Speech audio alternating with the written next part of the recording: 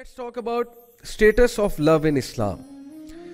अच्छा, ये बात मैंने पहले ही कर ली है कि बहुत से केसेस में होता है कि फैमिलीज एग्री नहीं करती और फिर बहुत ज़्यादा साइकोलॉजिकल डिस्ट्रेस आता है, तो इसको भी इंशाल्लाह हम डिस्कस करेंगे।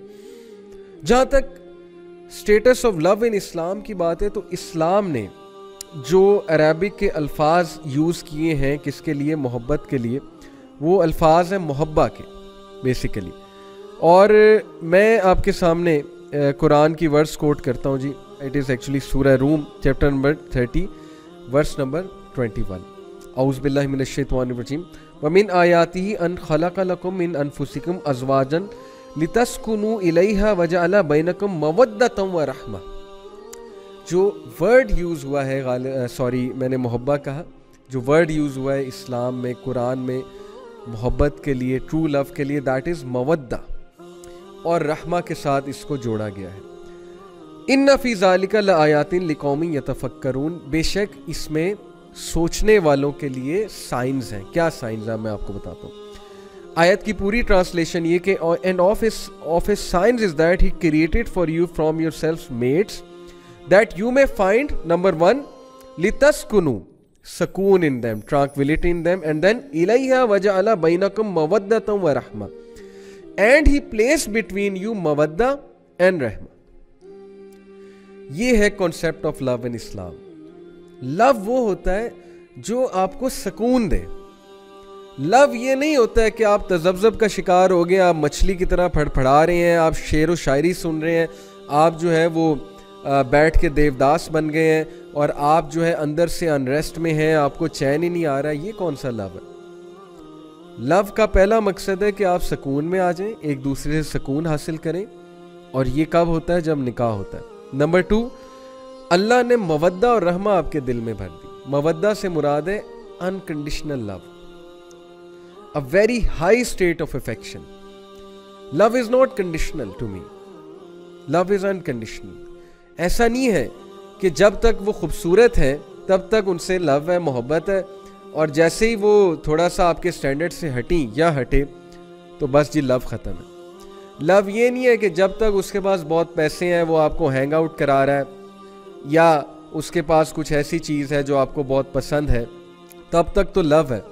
लेकिन जैसे ही हालात थोड़े माड़े हुए, हालात थोड़े से ज़ाहिर है इस तरह के हुए कि अगले की फाइनेंशियल कंडीशन भी वो नहीं है, अगले के पास वो चीज़ नहीं है, तो तब बस सब ख़त्म है। तो इसलिए लव का जो कॉन्सेप्ट है इस्लाम में बहुत प्योर है कि इट इज़ मवद्दा, it is basically unconditional love, and it is रहमा, it is mercy, compassion, empathy for the other person, you feel for the other person. अब मुझे बताएं कि आज के दौर का जो सो कॉल्ड लव है वो इस डेफिनेशन पे कहाँ जो है वो फिट होता है? ये कौन सा लव है कि आपको अगले बंदे का एहसास ही नहीं है, आप उसके साथ फिजिकल भी हो रहे हैं, उसकी आखिरत भी बर्बाद कर रहे हैं, अपनी भी कर रहे हैं? ये कौन सा रहमा है, मुझे बताएं? ये कौन सी एम्पैथी है अगले के साथ? आप जो है वो अगले का भी बेड़ा गर्क कर रहे हैं, उसको भी दिमागी तवाज़ुन उसका ख़राब कर रहे हैं, अपना भी ख़राब कर रहे हैं। कौन सी रहमा है? आप जो है वो अगले को भी फिज़िकली हार्म कर रहे हैं, अपने आप को फिज़िकली हार्म कर रहे हैं। इसमें कौन सी रहमा है? इसमें कौन सी एम्पैथी है? सिर्फ अपनी डिज़ायर्स के लिए, अपने पैशन के लिए, इंटीमेसी के लिए, अफेक्टुएशन के लिए, एंड यू नो लस्ट के लिए, शहवत के लिए आप अगले को भी ख़राब कर रहे हैं, अपने आप को भी। तो ये कौन सा लव है? ये कौन सी डेफिनेशन है? दाद देता हूँ मैं उस यूथ की जिनको मैं जानता हूँ पर्सनली, जिनके दिल में किसी के लिए है, लव की फीलिंग्स हैं, बहुत ज़्यादा अफेक्शनेट फीलिंग्स हैं, लेकिन मजाल है कि वो उसको भी हराम पे ले जाएं, अपने आप को भी ले जाएं। नहीं, because they really love the other person. If you really love the other person, आप उसको भी हराम की तरफ नहीं ले जाएंगे, अपने आप को भी हराम की तरफ नहीं ले जाएंगे, चाहे आप पे जितनी मर्जी शहवत हावी हो चुकी है। अल्टीमेटली आपका लव गालिब आ जाएगा और आप कहेंगे कि नहीं यार, अल्लाह की हदूद क्रॉस नहीं करनी, ये तुम्हारे लिए भी नुकसानदेह, मेरे लिए भी नुकसानदेह, लेट्स ट्राई फॉर निकाह। तो इसलिए देखें ब्रदर्स एंड सिस्टर्स, थोड़ी सी अकल इस्तेमाल करें। अगर आप अगले के साथ सिंसियर हैं तो आप उसको डैमेज नहीं करेंगे, ना आप उसको इमोशनल डैमेज करेंगे, ना आपको उसको फिजिकल डैमेज करेंगे। और मैं ऐसे लोग को जानता हूँ जो नहीं करते, और अल्टीमेटली अल्लाह ताला भी उनकी मदद फरमाते हैं, they actually and up getting married, और वो बहुत खुश हैं अल्हम्दुलिल्लाह। I know a brother who liked someone in first semester, ठीक है भी, पसंद आ गया, और यू वॉन्ट बिलीव कि 6 सेमेस्टर उसने वेट किया हराम की तरफ नहीं गया। थोड़ी बहुत बातचीत स्टार्ट हो गई, उसने रियलाइज़ किया, खातून ने भी रियलाइज़ किया कि नहीं this is not good for us. उम्रा करने गया, उसने उम्रा में अल्लाह से दुआ की, अल्लाह से कहा अल्लाह मैं समझता हूँ कि मुझे ये पसंद है, यहाँ पे मेरी शादी करा दें, मुझे इनको मेरी किस्मत में लिख दें, जो भी दुआएं होती हैं। और माशाल्लाह उनका निकाह हुआ 7th सेमेस्टर में जाके, और उसके बाद डिग्री जब हो गई तो उनकी शादी कर दी पेरेंट्स ने। हैं ऐसी कई मिसालें हैं। तो बात असल में ये है कि अगर आप अगले के साथ सिंसेयर हैं तो उसको भी बचाएं, अपने आप को भी बचाएं। इस्लाम में तो लव का ये कॉन्सेप्ट है।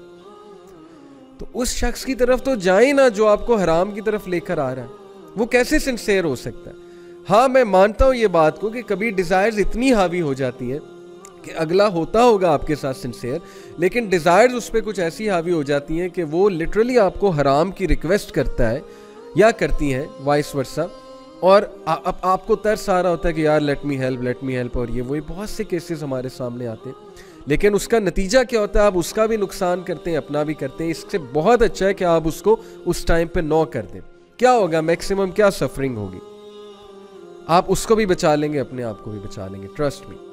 तो इस्लाम में मोहब्बत का कॉन्सेप्ट है कि रहमा, मवद्दा, unconditional mercy, compassion, empathy, being sincere with the other person, and सुकून देना चाहिए एक दूसरे को। ये मोहब्बत है। और ये निकाह के बाद ये पर्पसेस जो है वो सही में फुलफिल होते हैं। उससे पहले कौन सी मोहब्बत है? उससे पहले यूजुअली इन्फैटुएशन होता है, लस्ट होता है।